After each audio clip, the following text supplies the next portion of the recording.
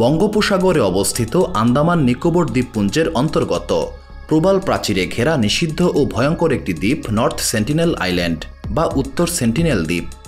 এই দ্বীপটিতে বসবাসকারী অধিবাসীদেরকে বলা হয় সেন্টিনেলিজ এবং তারা এমন এক উপজাতি যাদের সঙ্গে সমগ্র বিশ্বের কোনো যোগাযোগ নেই। এরাই হলো আধুনিক সভ্যতার শেষ যোগাযোগবিহীন উপজাতি।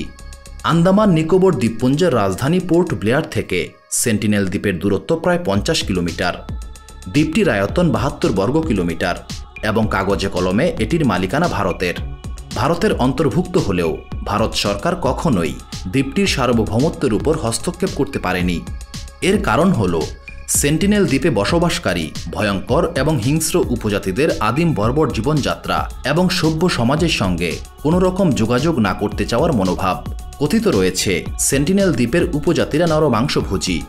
কোনো বহিরাগত সেখানে গেলেই তাদেরকে এরা মেরে ফেলে। দ্বীপের দুর্গম প্রাকৃতিক পরিবেশের কারণেই উপজাতিরা এমন হিংস্র হয়েছে বলে ধারণা করা হয়। এই উপজাতিদের কাছে বাইরের জগৎ যেমন অজানা, তেমনি দ্বীপের মধ্যে বাইরের কাউকে নাক গলাতে দেয় না তারা।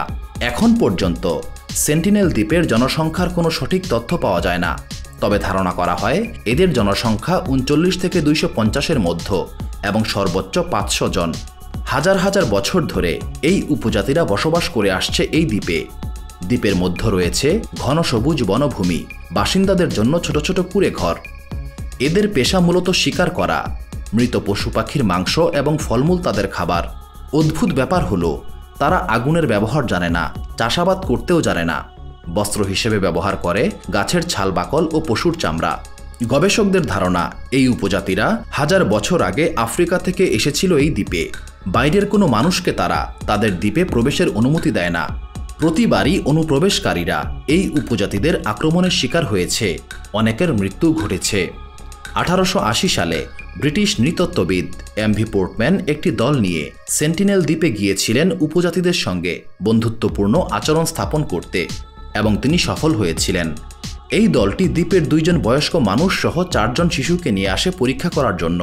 তাদের নতুন পোশাক ও খাবার দেওয়া হয়, যত্নও করা হয়, কিন্তু তারা আধুনিক সমাজের সঙ্গে মানিয়ে নিতে পারেনি। কিছুদিন পরেই অজানা রোগে আক্রান্ত হয়ে সবাই মারা যায়। এই ঘটনার পর সভ্য সমাজের মানুষের প্রতি এই উপজাতিরা আরও ক্ষিপ্ত হয়ে ওঠে। 2004 সালের সুনামির পর সেন্টিনেল দ্বীপে ভারত সরকার হেলিকপ্টারে করে ত্রাণ পাঠিয়েছিল।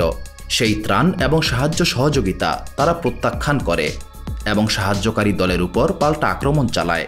2006 সালে এই উপজাতিরা তীর মেরে 2 জন অনুপ্রবেশকারী জেলেকে হত্যা করে এবং মরদেহগুলো উদ্ধার করতে আসা হেলিকপ্টারটিকেও তীর মেরে তারা হটিয়ে দেয়। 2018 সালের 16 নভেম্বর মার্কিন ধর্মযাজক জন এলেন চাও বিনা অনুমতিতে নর্থ সেন্টিনেল দ্বীপে খ্রিস্ট ধর্ম প্রচার করার উদ্দেশ্য নিয়ে প্রবেশ করেন। পরে এলেন চাওকে তীর মেরে হত্যা করা হয়।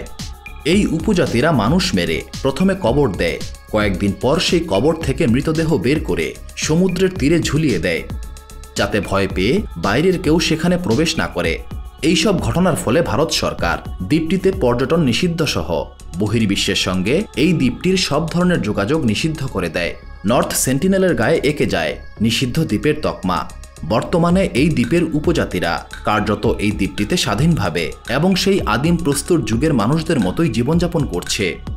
সুপ্রিয় দর্শক মণ্ডলী, প্রতিদিন নতুন নতুন ভিডিও পেতে আমাদের চ্যানেলটি অবশ্যই সাবস্ক্রাইব করুন এবং পাশে থাকা বেল আইকনটি প্রেস করতে অবশ্যই ভুলবেন না এবং সেই সাথে আপনার যে কোনো মতামত আমাদের জানাতে আমাদের ভিডিওতে অবশ্যই কমেন্ট করুন। আশা করি আপনারা সবাই ভালো থাকবেন এবং সুস্থ থাকবেন। ধন্যবাদ।